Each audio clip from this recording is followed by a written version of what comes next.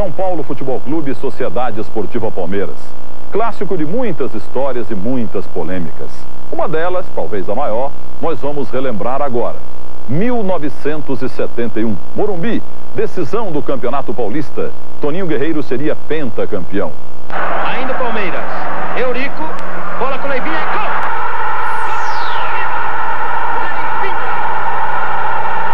O árbitro anula o gol. Este gol não valeu. Talvez seja o lance mais polêmico do polêmico árbitro Armando Nunes Castanheira da Rosa Marques.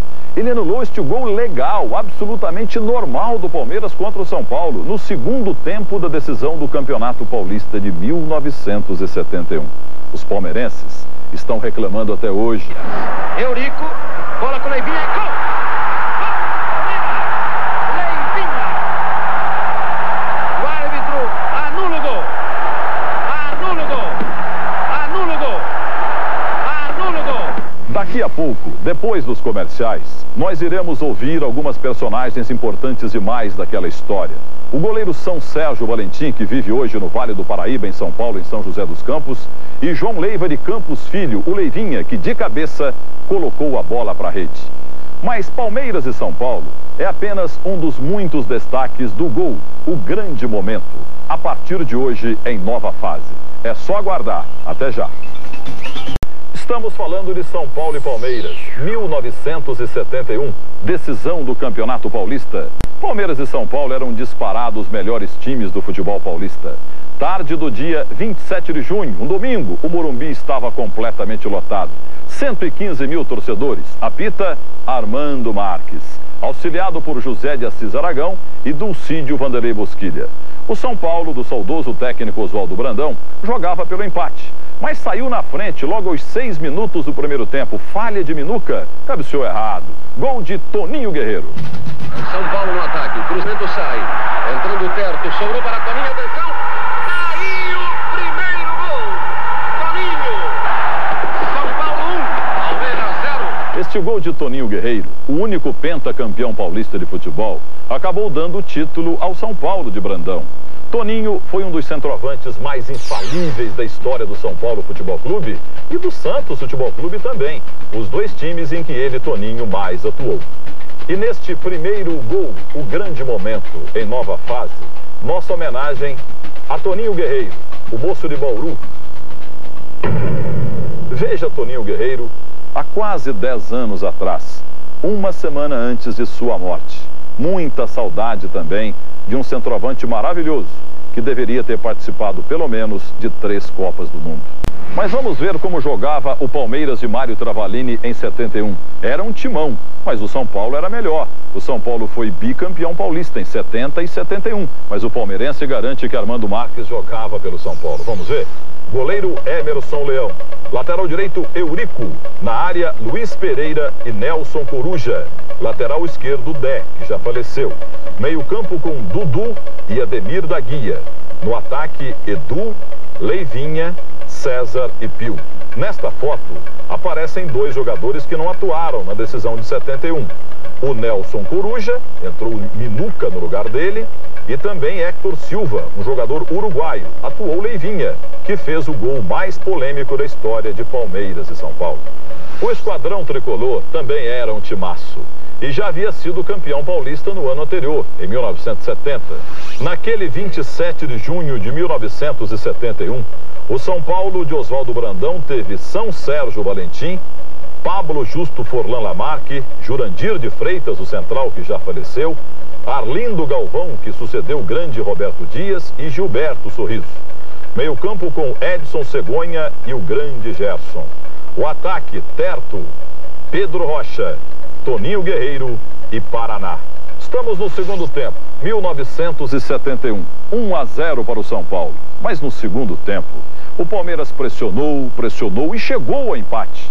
Aquele gol que você já viu do Leivinha, mas que você vai ver de novo, porque é um lance para ser visto muitas e muitas vezes. E que criou toda a polêmica, a maior polêmica de São Paulo e Palmeiras, que ficou na história. Cruzou para a área, Gilberto, Fedato, Eurico, ainda Palmeiras. Eurico, bola com Leivinha, gol! Gol! Palmeiras! Leivinha!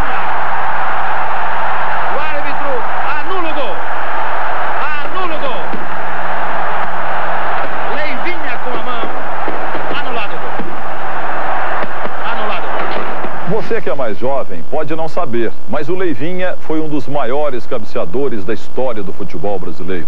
Neste lance, o Armando Marques achou que ele socou a bola, um desrespeito com o talento do Leivinha, que fez gols de cabeça muito mais difíceis até. Veja como era o Leivinha em 1971. Jovem, veio de Lins, passou pela Portuguesa, foi à seleção brasileira, grande destaque do Palmeiras. Está aí o Leivinha, João Leiva de Campos Filho, hoje com 50 anos. Procuraram Jair, cruzou, lá vai Leivinha, atenção!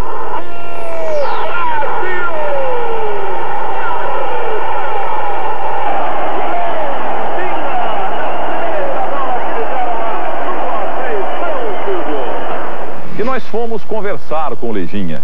O Leivinha, é claro, jamais esquecerá daquele gol de cabeça que ele fez e que Armando Marques anulou. E aí, Leiva, e aquele gol, Leivinha? Bem, Milton, está mais do que comprovado, aprovado, comprovado que o gol realmente foi legítimo, não foi com a mão. Inclusive já se faz mais de 20 anos que isso aconteceu, mas a própria câmera Band já passou várias vezes, já foi paralisada a imagem, tudo isso. Então volto a dizer, acho que pela milionésima vez, que o gol foi legítimo, mas que infelizmente foi anulado pelo Armando Marques. Sim, Leivinha, mas então por que o Armando Marques anulou o gol? Um gol legal, por que ele anulou? Bem, aí quem pode responder é só o Armando Marques mesmo. O que eu posso responder da minha parte é que depois de um ano, numa excursão que fiz com a seleção brasileira, antes da Copa do Mundo da Alemanha, o Armando Marques acompanhou a delegação para apitar os jogos da seleção e ele em Roma me disse que me perguntou a respeito desse gol e me disse que realmente foi um pedido de desculpas, que ele tinha errado. E depois ele foi ver no videotape, ele estava encoberto e o Edson Cegonha, que na época jogava pelo São Paulo, foi que levantou o braço e fez com que ele apitasse essa bola, dizendo que foi com a mão. Mas isso depois ele foi para um canal de televisão e muitas vezes perguntavam para ele, faziam essa mesma pergunta, mas aí ele não respondia, disse que do passado não falava mais, quer dizer. Então, cada um tem a sua cabeça, a sua sentença. O curioso da história é que, particularmente, o Armando Marques pediu desculpas ao Leivinha. Você ouviu e viu aí. Mas, em público, o Armando Marques jamais reconheceu o erro dele.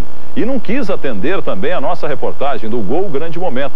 Gostaria que ele explicasse, reconhecesse aquele grande erro que ele cometeu no dia 27 de junho de 1971. Mas vamos ver agora o que faz Leivinha. O João Leiva de Campos Filho, que você viu bem aí como era em 1970. Como está o Leivinha? O que faz o Leivinha? Bom, hoje eu tenho algumas atividades, entre essas atividades, uma que está ligada diretamente ao futebol, porque eu trabalho para a Prefeitura Municipal de São Paulo, onde faço parte do projeto que foi instituído pelo Oscar Schmidt, quando era então secretário municipal. É um projeto onde a gente dá aula para a garotada da favela e de centros esportivos aqui de São Paulo. Não só eu, como vários ex-jogadores. Nós também fomos falar com outra personagem principal desta história. O goleiro Sérgio Wagner Valentim, que era chamado pela torcida do São Paulo de São Sérgio, de tão bom que era. Veja como era em 71 o Sérgio. E diz aí, Sérgio, o gol que você tomou, Sérgio, foi gol legal, não foi não? Olha, Milton, esse lance já respondi mais de 100 vezes em todos os lugares que a gente frequenta, a gente tem que responder. Mas realmente, com a habilidade que o Leivinha tinha, ele no momento do cabeceio levou a mão direita e conseguiu socar a bola. Como o Armando Marques estava com a visão um pouquinho encoberta, ele preferiu não validar o gol. Sérgio, mas as imagens não mostram isso que você está falando, Sérgio. Mas é marketing pessoal do goleiro do São Paulo. Ele diz que até hoje todo mundo pergunta para ele. Ele diz aqui em público que o gol foi ilegal, mas ele sabe que o gol foi legal. Todo mundo sabe disso. São Sérgio Valentim continua morando na sua cidade natal, São José dos Campos, no Vale do Paraíba, São Paulo. Ele é empresário, é comerciante lá em São José dos Campos, tem uma loja de escapamentos. Olha ele aí, trabalhando ao lado de sua filha na loja. Veja mais uma vez o gol do Leivinha, gol que empataria a final do Campeonato Paulista de 1971, mas que foi anulado. O apito do Armando Marques acabou com a festa. No final, o jogo terminou mesmo em 1-0 para o São Paulo, que jogava pelo empate. O empate daria mesmo o título ao São Paulo e o tricolor tornou-se bicampeão paulista. Mas observe agora na imagem congelada o zagueiro que marca o Leivinha e não consegue impedir a cabeçada. Trata-se de Arlindo Galvão, sucessor de Roberto Dias. O Arlindo, zagueiro que jogou muitos anos no São Paulo. Olha ele aí em 71. E olha ele agora. O Arlindo trabalha numa das escolinhas de futebol do São Paulo, no Morumbi. Nós vamos a um rápido intervalo comercial e já voltaremos com mais um segmento importante, os gols de exportação, nesta nova fase do gol, o grande momento. Espero que vocês estejam gostando. Palmeiras e São Paulo são clubes que sempre exportaram muitos craques, principalmente para o futebol europeu. E lá, eles continuam fazendo gols, muitos gols, confira. Vem São Paulo pela direita, França pede pelo meio, pediu e recebeu. Partiu Denilson, bola para ele, deixou a marcação, olha o gol, Denilson, gol! Olha aí o Denilson, no São Paulo Futebol Clube, que saudade, hein, torcedor do Tricolor? No dia 5 de abril de 98, contra a Matonense. O jogo foi 3-1 para o São Paulo. 99, Denilson hace el primer gol en el Betis, ya era hora. Lo trabaja y marca. Es el empate a 1. Agora no Betis da Espanha tá lá o Denilson, não tá fazendo tantos gols. Aliás, o Denilson está devendo gol para a torcida do Sevilha. 1-1 en el marcador. Bom lance do César Sampaio. Largou na cara do gol Edmundo. Gol! E agora, para os palmeirenses morrerem de saudades, olha aí o Edmundo de verde e branco. Gol do Edmundo contra o São Paulo. Jogo que terminou 1-1 em dezembro de 93. Um ano maravilhoso para o Palmeiras. Agora o Edmundo está na Fiorentina e o técnico Giovanni Trapattoni anda engasgado com ele. Florença toda, a Itália toda, né? Gol em cima da Salernitana em outubro do ano passado. 4-0 para o time violeta. Oi, Milton, aqui é o Serginho, lateral do São Paulo. Tô aqui para te fazer um pedido e participar do seu programa, né? Gostaria de rever aquele gol de São Paulo e Vasco no Maracanã, pelo torneio Rio São Paulo, que nós ganhamos de 3-2. E se for possível, eu gostaria de rever esse gol. É pra já, Serginho. Olha aí o gol do Serginho contra o Vasco da Gama no torneio Rio São Paulo deste ano de 99. Golaço do lateral esquerdo brilhante do São Paulo que está indo pro Milan. Agora o gol do Flávio Conceição, um dos primeiros dele com a camisa verde do Palmeiras. Olha aí o gol dele contra o Bragantino em Bragança Paulista, 2-0 para o Palmeiras em agosto de 95. Golaço, golaço contra o Bragantino em Bragança, hein? Mas o Flávio Conceição fez um belo gol também no exterior, jogando pelo La Corunha. Olha aí, no ano passado, 2-1 contra o Real Saragoça. O que eu gostaria de pedir ao Milton é o segundo gol do Grêmio, o gol do Ailton contra a Portuguesa de Desportos em 1996, em que o Grêmio foi campeão brasileiro. Alô, Porto Alegre, tá vendo? O Filipão não é bobo, não. Esse foi o gol que deu o título brasileiro para o Grêmio contra a Portuguesa em 96, lá no Monumental Olímpico. Ailton no finalzinho, veja aí. Lançamento para a grande área. Veja a sobra, a bomba. Gol!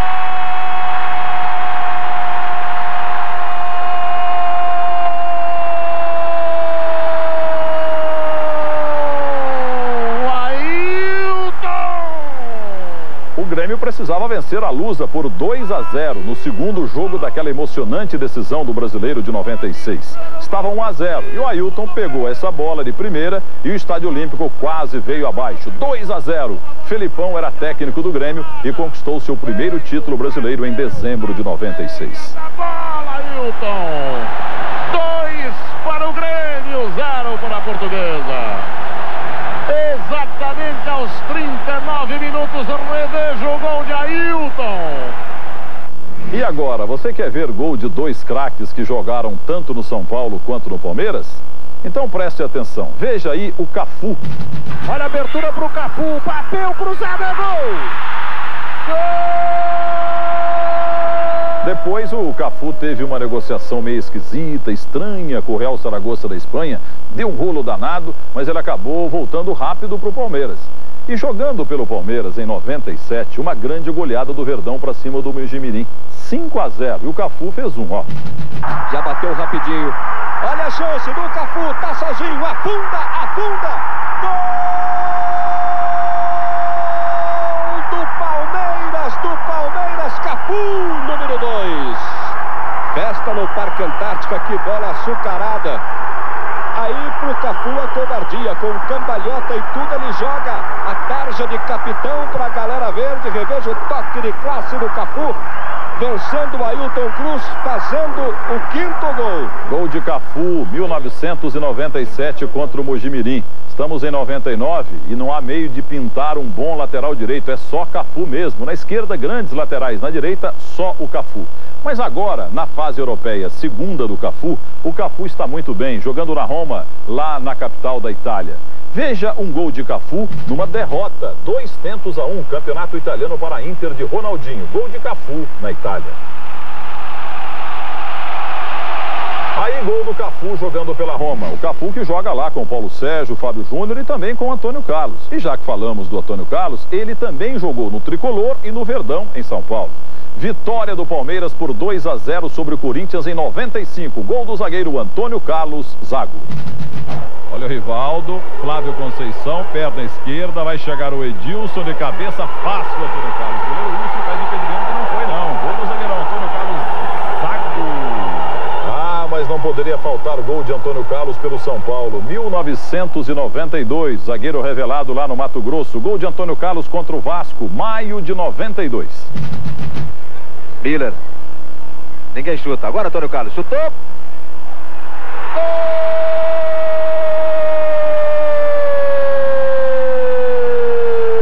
Gol do São Paulo.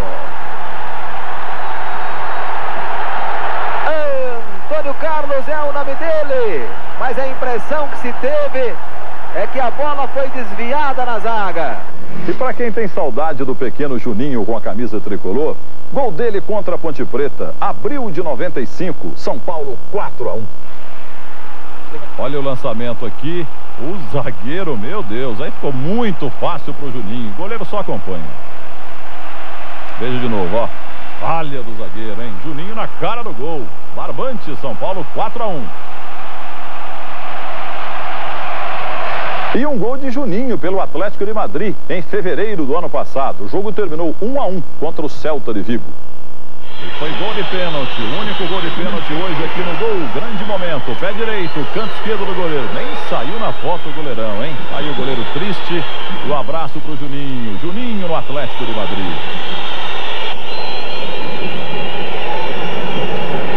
Ele de novo. Bateu muito bem, pé direito, beleza. Olha, o goleiro sai até na câmera.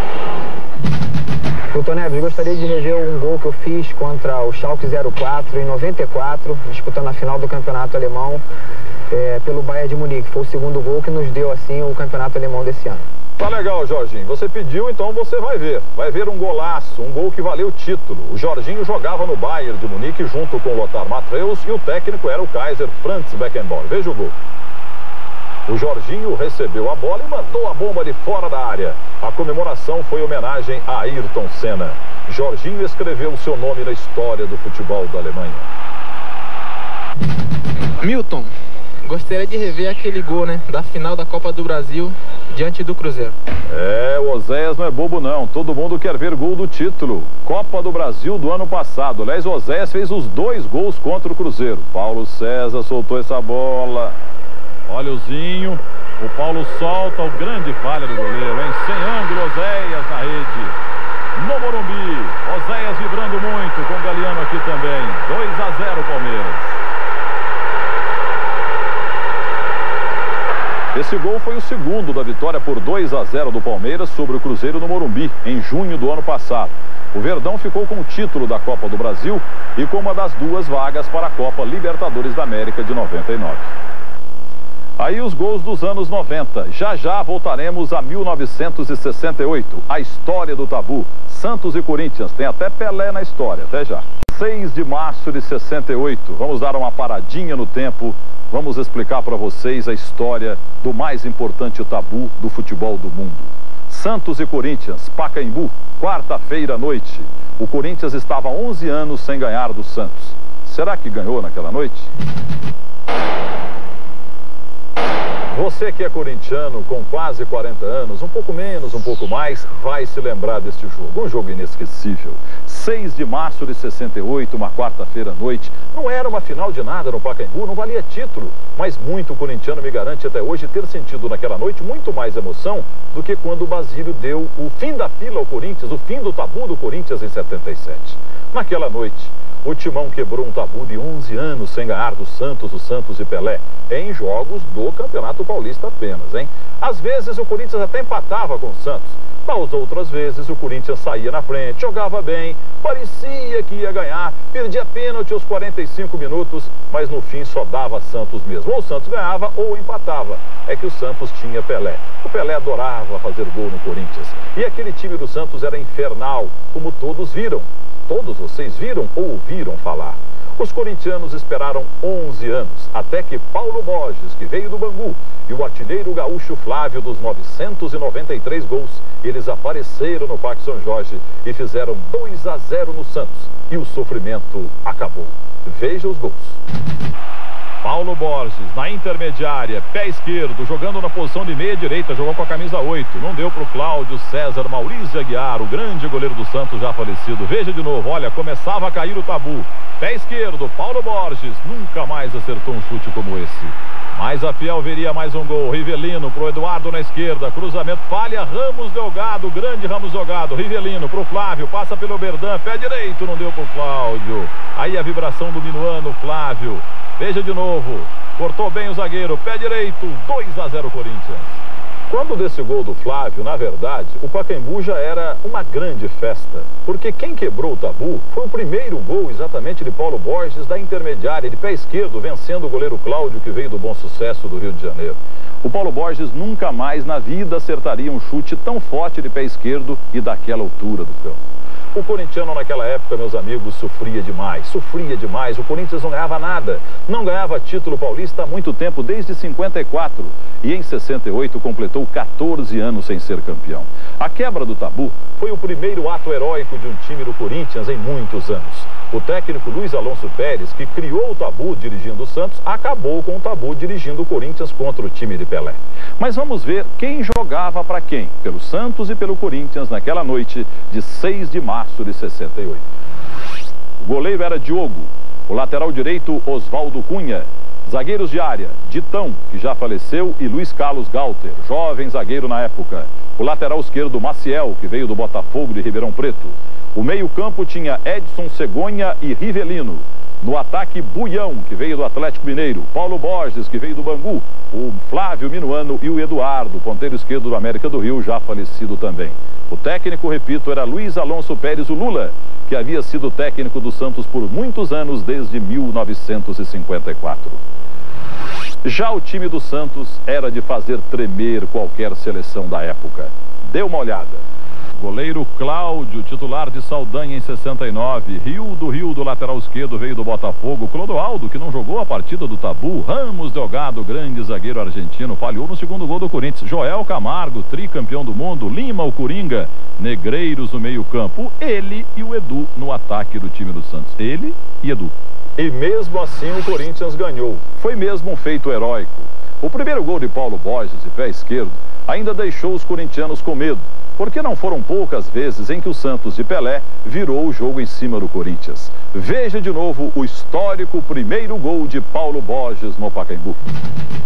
Veja o pé esquerdo dele, ó, da intermediária, de longe ali, né? Olha a vibração do Paulo Borges. Vamos ver mais uma vez, porque esse gol a Fiel jamais vai se esquecer. Veja de novo, ó. Pé esquerdo e o Cláudio não dá pra pegar, a bola foi no ângulo. Paulo Borges, o ponta direita que Vadielu trouxe do Bangu e foi campeão carioca em 1966. Veja como era na época Paulo Borges. Paulo Borges, como é que foi aquela noite, Paulo Borges? Milton Neves, aquele abraço. Espero que o seu programa seja muito feliz. E sobre a quebra do tabu em 6 de março de 68, você sabe que o Pacaembu aquele dia estava cheio, não tinha lugar para mais ninguém. E conseguimos ganhar do Santos após 11 anos que o Corinthians não ganhava. E eu fiz um dos gols, fiz o primeiro gol aos 13 minutos do segundo tempo. Eu acho que foi um verdadeiro delírio. Quer dizer, no primeiro gol saiu aos 13, o segundo gol saiu aos 26 minutos do segundo tempo, o gol do Flávio. E conseguimos quebrar aquele tabu que a torcida estava esperando há muito tempo. O Corinthians ganhou do Santos de 2-0, mesmo tendo o Santos com Pelé, Edu e Toninho no ataque e Ramos Delgado na zaga. Ramos Delgado, o que aconteceu em 68, Ramos Delgado? Eu me lembro que esse dia, se eu não estou errado, me parece que dirigiu um juiz argentino, me parece que Roberto Goicoechea. Essa é uma das lembranças importantes que eu tenho, porque todo mundo esperava que nesse jogo, a lo melhor, quem ia ser o juiz. Acho que o Corinthians ganhou merecidamente 2-0. A gente não pode falar nada, foi muito duro porque quebrou um tabu. Mas depois tivemos a felicidade em la revancha de ganhar-lhe 3-1 no Morumbi e ver que isso que havia acontecido aquela vez no Pacaembu foi uma mera coincidência. Não era brincadeira, não. O Corinthians entrava tremendo contra o Santos. Ninguém admite, mas que tremia, tremia. Já o Paulo Boys, que tinha acabado de chegar ao time do Corinthians com o Buião, não pensa assim, não. Ouve só. Não é medo do Santos daquela época. Eu acho que o Corinthians jogava bem e sempre perdia no final, entendeu? Eu acho que quando o Pelé e Coutinho entravam em campo assim, já era meio caminho andado. Eles davam sorte que saíam perdendo às vezes e no final ou empatava ou ganhava. Aí era azar do Corinthians, sorte do Santos. Ainda estava 1-0 para o Corinthians. Os corintianos apreensivos quando o Flávio, o artilheiro Flávio de quase 1000 gols, fez o segundo e tirou 11 anos de humilhação das costas do Corinthians. Veja o gol de novo. Olha o Eduardo cruza, falha o Ramos Delgado. O Rivelino deixa para ele de novo. Aliás, ele dribla o Ramos Delgado e não o Berdan, hein? Aí a vibração do Minuano. Veja, dribla o Ramos Delgado. O Berdan tá atrás e o Rildo na frente. É, corintiano, você vaiava tanto o Flávio, hein? E ele fez esse gol histórico, tirando você daquele sufoco contra o Santos. Veja como era o Flávio, em 68 no Corinthians. O que faz o Flávio? O que ele lembra daquela noite de 6 de março de 68, Flávio? Olha, Milton, foi a emoção, né? Foi um jogo muito bom que o Corinthians fez. A torcida ficou muito feliz, porque foi realmente uma vitória inédita. Há muitos anos não ganhava do Santos e nós tivemos a oportunidade de fazer um bom jogo, desempenhar um bom futebol, superando a grande equipe do Santos com o Pelé. O Paulo Boy fez o primeiro gol, eu fiz o segundo. Então tem uma coisa que ficou assim, é inesquecível. Aquelas pessoas que naquele momento assistiram, até hoje, ficou gravado na sua memória. Para os santistas, a situação também era complicada naquele tempo, porque ninguém ia querer ficar na história como aquele que tinha participado da quebra do tabu, o Corinthians ganhando do Santos. E o Negreiros, meio-campista do Santos, estava lá e não gostou, não. Não, o Santos era um time grande, um time respeitável, tinha o maior jogador do mundo, tinha bons jogadores como Abel, Pepe, Edu, Toninho, Coutinho, Mengalvio, Cito, Clodoaldo. Então o Santos é um time respeitável, como o Palmeiras era na época. E o Corinthians criaram aquele tabu que não ganhava do Santos há muito tempo. Isso daí criou uma agonia para o Corinthians para poder ganhar as partidas e tornou-se todos os clássicos contra o Corinthians e o Santos jogava melhor e ganhava as partidas. Os personagens desta história, quase todos têm mais de 50 anos. São senhores respeitáveis, alguns deles infelizmente até já morreram. Mas quase todos eles estão bem. Quer ver? O Maciel do Corinthians, por exemplo, olha a cara do garoto naquele tempo. E olha o seu Maciel agora, o Sebastião Dias, vivendo em Ribeirão Preto, que tem muita história para contar. E Oswaldo Cunha, lateral direito do Guarani, do São Paulo, do Corinthians em 68, zagueirão com a missão de segurar Pelé e o Edu. Hoje o Oswaldo Cunha pode falar para todo mundo que realmente segurou o ataque do time do Santos e hoje treina garotos na cidade de Pedreira, onde nasceu, onde vive. Aí, portanto, a história do tabu para você. O maior tabu da história do futebol. Jamais teremos um tão badalado. E você, corintiano, concorda comigo? Você teve mais alegria em 68 ao ganhar do Santos do que quando ganhou da Ponte Preta por 1-0 gol de Basílio, ou então até quando no quarto centenário de 1954. Você concorda? Ô Milton Neves, você tá me devendo, hein? Mas o gol que eu gostaria de ver é o gol do Sócrates, Brasil 2, Ajax 0. Fui! Aí o Dinei, o maior corintiano de todos, o melhor jogador do Corinthians na final do Brasileiro de 98 contra o time do Cruzeiro. O Dinei, que é filho do Ney, que jogou na época até do Faz-me Rir do Corinthians, jogou com Silva, jogou com Flávio. O Ney jogou muita bola no Corinthians, o pai do Dinei nos anos 60. E o Dinei, em 99, continua sabendo das coisas. Esse gol que ele pediu, do Dr. Sócrates, foi um golaço de muita categoria. E o Dinei estava lá na arquibancada torcendo pelo Corinthians.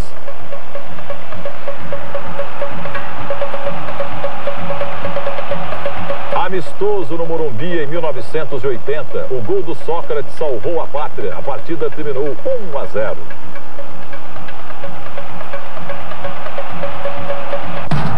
Milton, eu gostaria de ver o gol do Vladimir de bicicleta contra o Tiradentes, no Canindé. Jorginho tem bom gosto, jogou na Portuguesa, jogou no Palmeiras, joga no Santos e escolheu um gol lindo realmente do Corinthians. Vocês acreditam que o Corinthians estava perdendo esse jogo por 1-0 para o Tiradentes do Piauí e acabou vencendo por 10-1? O gol do Vladimir realmente foi o mais bonito da goleada. Gol de bicicleta, olha só.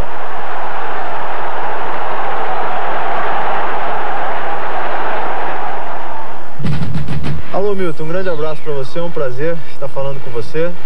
E o gol que eu gostaria de rever era o gol do Marcelinho na Vila Belmiro, que ele foi realmente um golaço, que ele levantou de letra e bateu de primeira, realmente foi um dos gols mais bonitos que eu já vi. Cruel, Ney, hein? Você, Ney, não gostaria de estar na pele do Edinho, filho do Pelé, nesse gol aí, hein? Esse gol do Marcelinho, o Romário assinaria. Um dos mais lindos gols na história, na Vila Belmiro. O zagueiro que leva o chapéu é o Ronaldo Marconato, o zagueiro que veio da Ferroviária de Araraquara. Vamos ver de novo o lindo gol de placa de Marcelinho na Vila. Opa! Olha o Marcelinho na esquerda. Meteu a bola pro Marcelinho, legal! Cutuca que dá! Cutucou, guardou!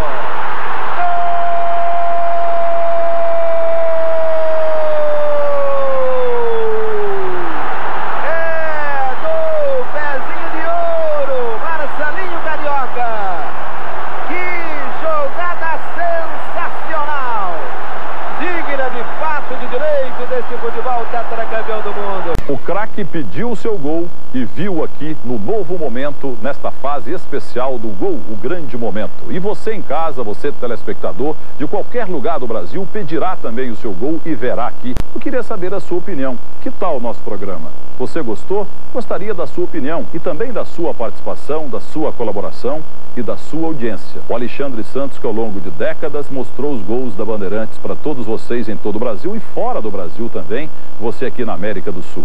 Esse trabalho com uma nova roupagem vai continuar, mas tudo começou com o Alexandre Santos. Flamengo e Santa Cruz, 3-1 para o Flamengo, o Zico fez 3 gols. Esse é o último de falta. Olha onde a bola vai. Novembro de 87, dia 22. Que pontaria. Ali no Ninho da Coruja. Bem, meus amigos, termina o primeiro programa desta nova fase do Gol, o Grande Momento. Domingo que vem estaremos juntos.